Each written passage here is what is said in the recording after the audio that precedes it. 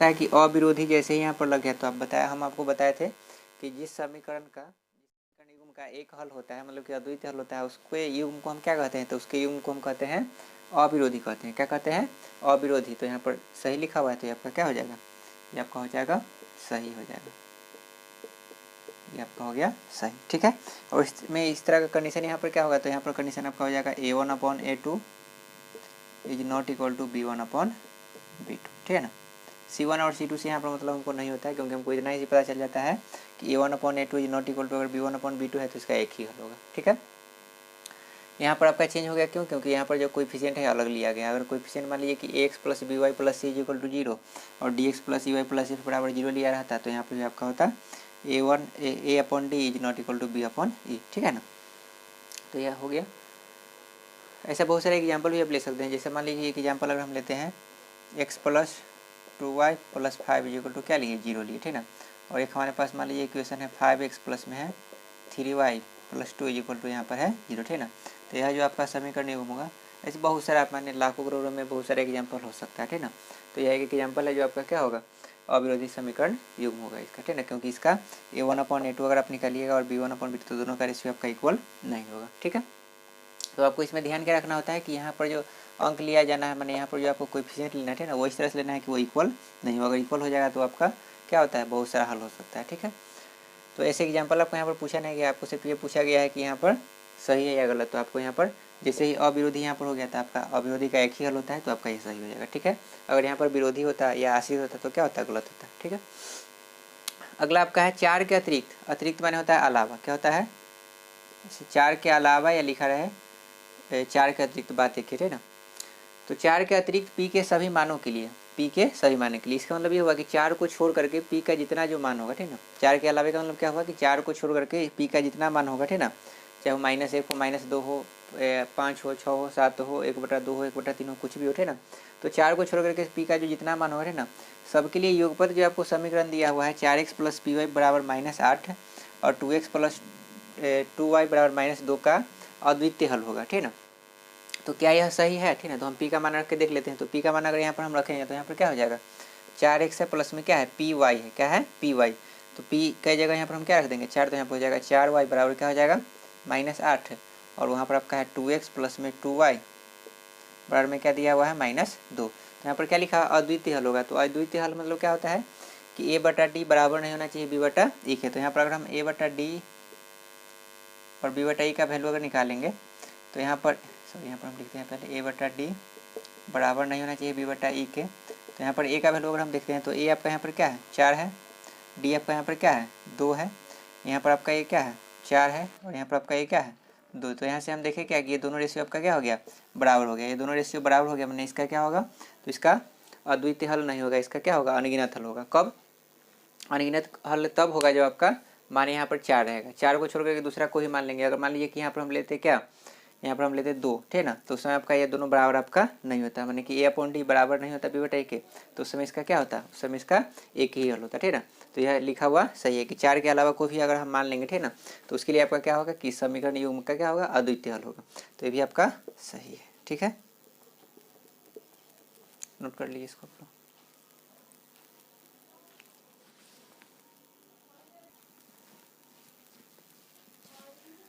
अगला क्वेश्चन आपका है समीकरण निकाय 2x + 3y दिया हुआ है आपका, सॉरी समीकरण, हाँ ठीक है, 2x प्लस में 3y बराबर में क्या है? 7 है। और दूसरा एक समीकरण दिया हुआ है 6x प्लस में 5y है बराबर में 11 दिया हुआ है कि कितने हल होंगे। मैंने यहाँ पर आपको क्वेश्चन ये दिया गया है कि आपको 2 समीकरण दिया हुआ है, ठीक है, और आपसे यहाँ पर पूछा जा रहा है कि इसका कितना हल होगा? एक हल होगा कि एक से अधिक हल होगा कि कोई हल नहीं होगा, ठीक है ना, मतलब कि शून्य हल होगा, मतलब कि कोई भी हल नहीं होगा, ठीक है ना। तो ये हमको चेक करना है। तो पहले हम क्या करते हैं कि जो आपको समीकरण दिया है उसको स्टैंडर्ड फॉर्म में लिख लेते हैं। तो इसको हम लिखेंगे 2x + 3y - 7 बराबर हो जाएगा 0। दूसरा आपका हो जाएगा यहाँ पर 6x + 5y बराबर माइनस आपका 11 बराबर यहाँ पर क्या हो जाएगा? 0। ए का मान यहाँ पर क्या हो जाएगा? 2, बी का मान यहाँ पर क्या हो जाएगा? 3 और सी का मान यहाँ पर क्या हो जाएगा? -7, डी का मान यहाँ पर क्या हो जाएगा? 6, ई का मान यहाँ पर क्या हो जाएगा? 5 और एफ का मान आपका यहाँ पर क्या हो जाएगा? -11। कंडीशन आपका क्या होता है? 3 तरह का कंडीशन होता है। a/d = b/e इज इक्वल, ए पहला आपका होता है a/d not equal to b/e। दूसरा आपका होता है a/d is equal to b/e is equal to c/f। और तीसरा आपका होता है A upon D is equal to B upon E is not equal to C upon F. तो हम यहाँ पर क्या करते हैं कि पहले हम रेशियो यहाँ पर लिखते हैं, ठीक है ना। तो ए बटा डी, बी बटा ई और सी बटा एफ यहाँ पर लिखते हैं, ठीक है ना। अभी यहाँ पर हम इक्वल नहीं कर रहे हैं, ठीक है ना। यहाँ पर हम क्या करते हैं, ए का वैल्यू आपका यहाँ पर क्या है 2 लिखा हुआ है, डी का वैल्यू आपको यहाँ पर क्या है 6 है, बी का वैल्यू यहाँ पर क्या है 3, ई का वैल्यू यहाँ पर क्या है 5 है, सी का वैल्यू यहाँ पर क्या है, तो सी का वैल्यू यहाँ पर -7 है और एफ का वैल्यू माइनस यहाँ पर क्या है 11, ठीक है। अगर मान लीजिए कि ये दोनों में अगर हम कंपेरिजन करेंगे, ये दोनों में अगर हम क्या करेंगे कंपेरिजन करेंगे, तो 2 5 यहाँ पर क्या हो जाएगा 10 और 3 6 यहाँ पर क्या हो जाएगा 18। तो यहाँ पर 10 है, यहाँ पर 18, मतलब कि यहाँ पर 10 और यहाँ पर क्या है 18। 10 और 18 क्या बराबर होगा, नहीं होगा, ठीक ना। मतलब कि यहीं से हमको पता चल गया कि ये दोनों बराबर नहीं होगा। इट मीन्स कि A upon D not equal to B upon E के। ए का बराबर होगा या नहीं होगा उससे हमको कोई मतलब यहाँ पर नहीं है, क्योंकि हमको यहीं से पता चल गया कि ये दोनों बराबर नहीं है, मतलब कि इसका एक ही हल होगा। क्या होगा, एक हल होगा। तो यहाँ पर आंसर हो जाएगा एक हल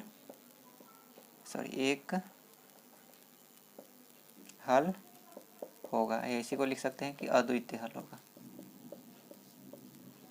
ठीक है। इसको आप लोग नोट कर लीजिए। बहुत ही क्वेश्चन था, ऑब्जेक्टिव क्वेश्चन में सब आपको आता है।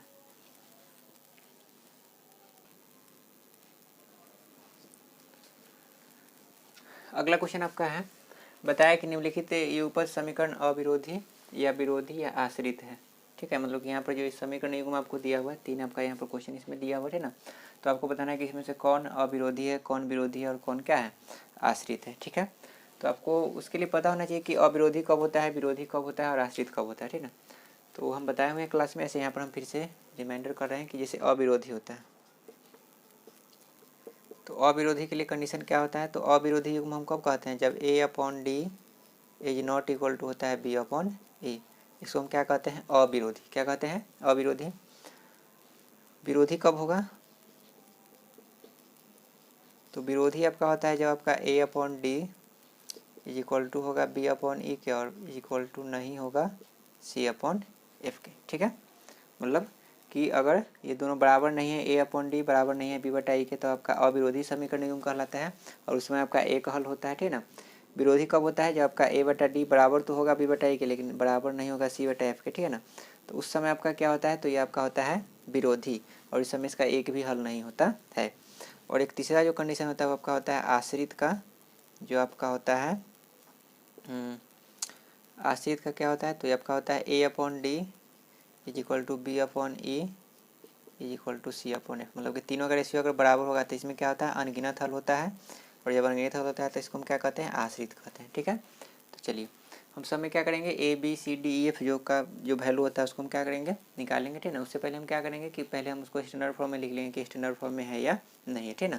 वहाँ से हम क्या करेंगे, A B C D E F का वैल्यू निकाल लेंगे, जो आपका कोएफिशिएंट होता है उसका सबका रेशियो हम निकालेंगे, ठीक है। देखेंगे कैसा क्या होता है। तो पहला अगर हम देखेंगे यहाँ पर, तो 5x - 3y - 11 बराबर 0 है। तो पहले x है, y है, ठीक है, यहाँ पर कांस्टेंट है। यहाँ पर पहले दे दिया है y, उसके बाद दिया है x, उसके बाद आपको दिया है कांस्टेंट। तो यहाँ पर हम क्या करते हैं कि पहले हम करते हैं -10x, क्या करते हैं -10x, और बाद में करते हैं +6y। ऐसा क्यों किया, क्योंकि यह स्टैंडर्ड फॉर्म में दिया हुआ नहीं था इसलिए, ठीक है ना। अब यह स्टैंडर्ड फॉर्म में हो गया। अब यहाँ से हम क्या करते हैं, a का वैल्यू यहाँ से अगर हम निकालेंगे तो यहाँ पर क्या आएगा 5, b का वैल्यू यहाँ पर हम निकालेंगे तो क्या होगा -3। ध्यान रहे जो साइन है साइन के साथ लेना है, माइनस रहेगा तो माइनस लेना है, प्लस है तो प्लस में लेना है, ठीक है ना। सी का वैल्यू यहाँ पर क्या हो जाएगा -11, डी का वैल्यू यहाँ पर क्या हो जाएगा -10, ई का वैल्यू यहाँ पर हो जाएगा 6 और एफ का वैल्यू यहाँ पर हो जाएगा 22, ठीक है। अब सबका रेशियो हम लिखते हैं, तो ए अपॉन डी बी अपॉन ई सी अपॉन एफ। पहले इक्वल या हमको ये पता नहीं है तो हम यहाँ पर कुछ भी नहीं देंगे, ठीक है ना। तो ए अपॉन डी, तो ए आपका यहाँ पर क्या है, तो ए आपका है 5, डी आपका क्या है -10 है, ठीक है। बी आपका क्या है, तो बी आपका है -3, ई आपका क्या है, तो ई आपका यहाँ पर 6 है, क्या है 6 है, ओके। फिर आपका यहाँ पर आते हैं सी में, तो सी आपका यहाँ पर क्या है -11 और एफ आपका यहाँ पर क्या है 22, ठीक है। अगर यहाँ पर अगर हम देखें, ठीक ना, तो यहाँ पर आपका क्या है क्रॉस गुना अगर आप कीजिएगा, ठीक ना, इसको पहले कैंसिल आउट कर देते हैं। 5 एकम 5, 5 दूना 10, 3 एकम 3, 3 दूना 6, और यहाँ पर आपका क्या हो जाएगा 11 एकम 11, 11 दूनी 22, ठीक है। ये माइनस को हम ऊपर भी लिख सकते हैं ना, तो इसको हम लिखेंगे तो क्या हो जाएगा -1/2, -1/2, और यहाँ भी हो गया आपका -1/2। तो ओवरऑल अगर हम देखेंगे तो सब यहाँ पर क्या हो गया, बराबर हो गया। क्या हो गया, बराबर हो गया, मतलब कि A/D, B/E और C/F का जो वैल्यू है सब आपस में क्या है, इक्वल है। और तीनों जब इक्वल होता है तो आपका क्या कहलाता है, तो तीनों जब इक्वल होता है तो उसको हम कहते हैं क्या, आश्रित कहते हैं। तो इसलिए यह जो समीकरण युग्म है आपका क्या है, आश्रित है। क्या है, ये समीकरण युग्म जो है आपका वो क्या है, आश्रित है। ठीक है, तो ये हो गया आपका। आगे देखते हैं, जैसे अगला जो आपका दिया हुआ है, तो यहाँ पर हम क्या करते हैं, 2r - 3s है, यहाँ पर हम क्या करते हैं, +8 है तो -8 बराबर क्या हो जाएगा, 0। तो स्टैंडर्ड फॉर्म में हो जाएगा। यहाँ पर r है, पहले s है, उसके बाद पहले r है, उसके बाद s है, उसके बाद यहाँ पर 9 को माइनस करते हैं, बराबर करते हैं 0। ठीक है, ये देखिए यहाँ पर जैसे ऐसा नहीं कि पहले आर ही होगा बाद में एस होगा, ठीक है। अगर मान लीजिए कि आर वाला को यहाँ पर पहले रखे तो यहाँ भी आर वाला पहले होना चाहिए। जैसे अगर मान लीजिए कि एस वाला को हम पहले रखते हैं यहाँ पर, ठीक ना, तो यहाँ भी क्या करते हैं, समीकरण 2 में भी एस वाला को हम क्या करते हैं, पहले लिखते हैं। जिस तरह से यहाँ पर क्या किए थे कि एक्स वाला को हम पहले लिख लिए थे, ठीक ना। ऐसा नहीं कि अगर मान लीजिए कि वाई वाला को पहले लिखेंगे और या एक्स वाला को बाद में लिखेंगे, तो यहाँ भी क्या करेंगे कि वाई वाला को पहले लिखेंगे, एक्स वाला को क्या लिखेंगे बाद में, ये माने होना चाहिए क्रम, ठीक है ना। अब यहाँ पर क्या है, तो यहाँ से अगर हम ए का वैल्यू निकालेंगे तो यहाँ ए का वैल्यू क्या हो जाएगा, 2 हो जाएगा। बी का वैल्यू यहाँ पर क्या हो जाएगा, -3 हो जाएगा। सी का वैल्यू यहाँ पर क्या हो जाएगा, -8 हो जाएगा। डी का वैल्यू यहाँ पर हो जाएगा 4। ई का वैल्यू यहाँ पर हो जाएगा -6 और एफ का वैल्यू यहाँ पर हो जाएगा -9। ठीक है, तो A/D होता है B/E और C/F। इसका वैल्यू अगर हम निकालेंगे तो ए आपका यहाँ पर क्या है 2, डी आपका यहाँ पर क्या है 4, बी आपका क्या है -3, ई आपका क्या है -6 और सी आपका क्या है -8 और ये आपका है -9। माइनस माइनस यहाँ पर क्या हो गया, कैंसिल हो गया। 2 एकम 2, 2 दूनी 4, 3 एकम 3, 3 दूनी 6। ठीक है ना, तो यहाँ पर क्या हो गया, यहाँ पर हो गया 1/2, 1/2, तो ये दोनों बराबर हो गया। और यहाँ पर आपका क्या है -8/9 है, तो ये आपका बराबर नहीं हुआ। तो ओवरऑल आपको यहाँ पर रिजल्ट क्या आ गया कि A/D बराबर तो है B/E के, लेकिन बराबर नहीं है C/F के, ठीक है ना। तो इस कंडीशन में आपका क्या होता है, तो इस कंडीशन में आपका होता है विरोधी। तो यह जो समीकरण युग्म है आपका क्या है, विरोधी है और इसका एक भी हल नहीं है। तो यहाँ पर आंसर इसका क्या हो जाएगा, विरोधी हो जाएगा। इसका क्या हो गया, आश्रित हो गया। ठीक है, अगला देखते हैं। तो यहाँ पर आपको दिया है 3/2L प्लस में 5/3M बराबर 7 दिया है, जिसको हम लिख सकते हैं -7 बराबर क्या कर सकते हैं 0। 9L माइनस में 10M और यहाँ पर लिख सकते हैं -14 बराबर लिख सकते हैं 0। ठीक है, यहाँ से अगर ए का वैल्यू निकालेंगे तो ये आपका हो जाएगा 3/2, बी का वैल्यू अगर निकालेंगे तो 5/3 और सी का वैल्यू अगर निकालेंगे तो -7, डी का वैल्यू अगर निकालेंगे तो 9, ई का वैल्यू अगर निकालेंगे तो -10 और एफ का वैल्यू अगर निकालेंगे तो -14। ठीक, उसी तरह से करेंगे A/D, B/E, C/F। ए आपका यहाँ पर कितना है, 3/2 है और डी आपका यहाँ पर क्या है 9 है, डी आपका क्या है 9 है। बी आपका क्या है तो 5/3 है और ई आपका क्या है तो ई आपका है -10 और सी आपका क्या है तो सी आपका है -7 और एफ आपका क्या है तो ये आपका है -14। ठीक है, इसको अगर हम सोल्व करेंगे तो क्या लिख सकते हैं, तो इसको लिख सकते हैं 3/2 और देखिए 3/2 के भाग में है 9, है ना। तो यहाँ पर 9 के नीचे कोई नहीं, तो 9 के नीचे क्या है 1 है, तो 1 चला जाएगा ऊपर और 9 आ जाएगा नीचे, तो इस तरह से हो जाएगा। ठीक, उसी तरह से यहाँ पर आपका क्या हो जाएगा 5/3 और इसके नीचे कोई नहीं तो क्या है 1 है, तो 1 चला जाएगा ऊपर और -10 आपका हो जाएगा नीचे। ठीक है, और इसको अगर आप कैंसिल आउट कीजिएगा तो ये आपका हो जाएगा 1/2। ठीक है, यहाँ से अगर करेंगे तो 5 दूना 10, यहाँ से करेंगे तो 3 तिहाई 9, तो यहाँ से आपको क्या आ गया, तो ऊपर में हो गया 1 और नीचे 3 दूना हो गया 6। यहाँ पर हो गया आपका क्या 1 और नीचे आपका क्या हो गया 3 दूना 3 दूना 6 मैंने -6 यहाँ पर हो गया, ठीक ना। और यहाँ पर क्या हो गया 1/2। ठीक है, ये माइनस को हम ऊपर भी लिख सकते हैं, ठीक ना, क्योंकि आपको पता है कि फ्रैक्शन में जब लिखा जाता है तो डिनोमिनेटर नेगेटिव नहीं होता है, ठीक ना। अब आप यहाँ पर क्या देख रहे हैं कि यहाँ पर भी 1/6 है, यहाँ भी 1/6 है, बट यहाँ पर क्या है कि साइन इसका चेंज है, यहाँ पर प्लस और यहाँ पर क्या है माइनस है। तो कभी अगर मान लीजिए कि अगर आपसे पूछा जाए कि 2 है और एक जगह -2 है, क्या यह दोनों बराबर होगा, तो नहीं, ये दोनों बराबर नहीं होगा, क्योंकि 2 माइनस में इसका मतलब कि 2 रुपया कर्ज में है और 2 प्लस का मतलब कि 2 रुपया किसी के पास है, तो दोनों बराबर नहीं होगा। तो इसलिए आपका ये दोनों बराबर यहाँ पर नहीं हुआ, ठीक ना। तो ये दोनों यहाँ पर बराबर नहीं हुआ, तो इसी से हमको पता है यहाँ पर क्या चल गया कि इसका क्या होगा एक हल होगा, ठीक ना। और इसको हम क्या कहेंगे, तो इसको हम कहेंगे अविरोधी। क्या कहेंगे, अविरोधी कहेंगे। ठीक है, तो ये आपका हो गया, एक हो गया आपका आश्रित, दूसरा आपका हो गया विरोधी और तीसरा आपका हो गया अविरोधी। और अविरोधी है इसका मतलब ये होगा कि इसका एक हल निकलेगा, ठीक ना, मतलब कि एल का भी एक मान होगा और एम का भी एक मान है। ठीक है, इस तरह से इसको हम सोल्व करते हैं, इसको आप लोग नोट कर लीजिए।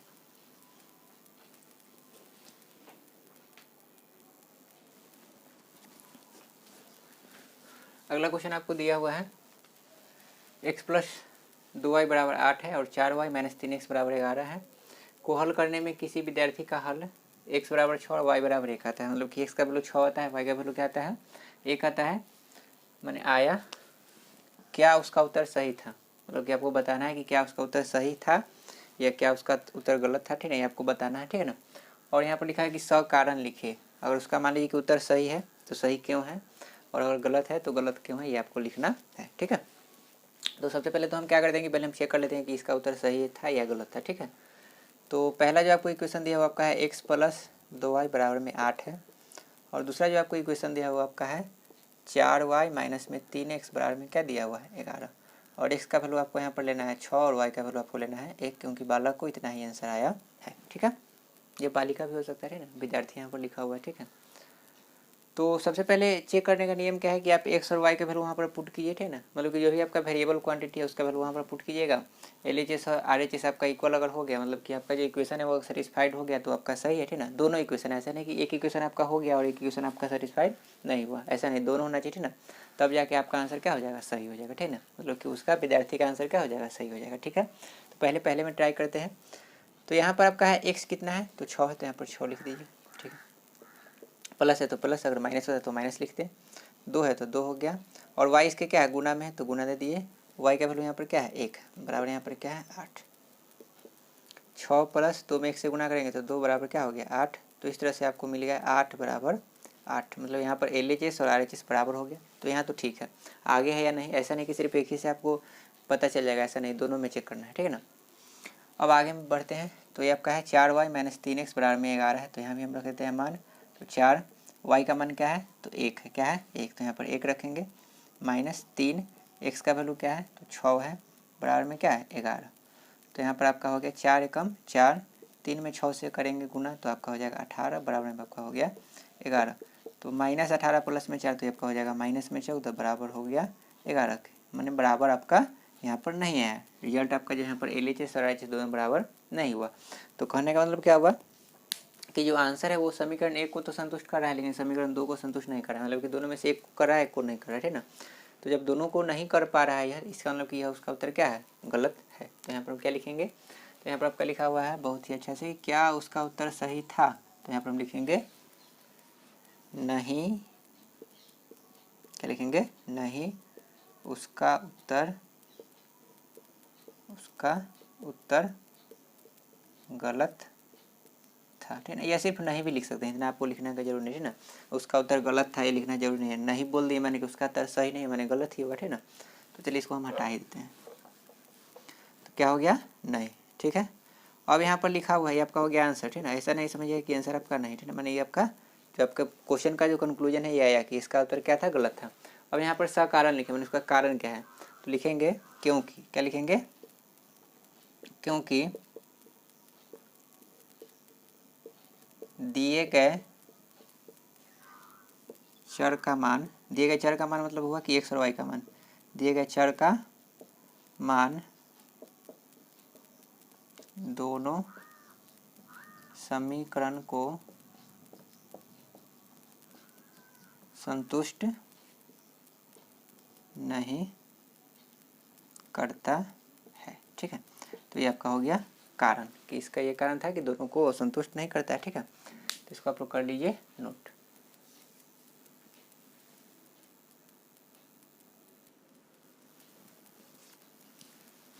ये कुछ होमवर्क दिया गया आप लोगों का, जो पेज नंबर 81 का है, जो विभिन्न प्रश्नावली का है। तो क्वेश्चन नंबर इसमें से आपको बनाना है 1, 2, 5 और 10, ठीक है ना। जितना क्वेश्चन यहाँ पर लिखा है वो उसी क्वेश्चन को आपको बनाना है, ठीक है ना। और फिर आपका A82 है, जो आपका 13, 14, 15, 16 और 17 क्वेश्चन नंबर बनाना है, ठीक है ना। जो क्वेश्चन नहीं दिया गया उसको आपको नहीं बनाना है, ठीक है। तो इसको आप लोग कंप्लीट कर लीजिएगा।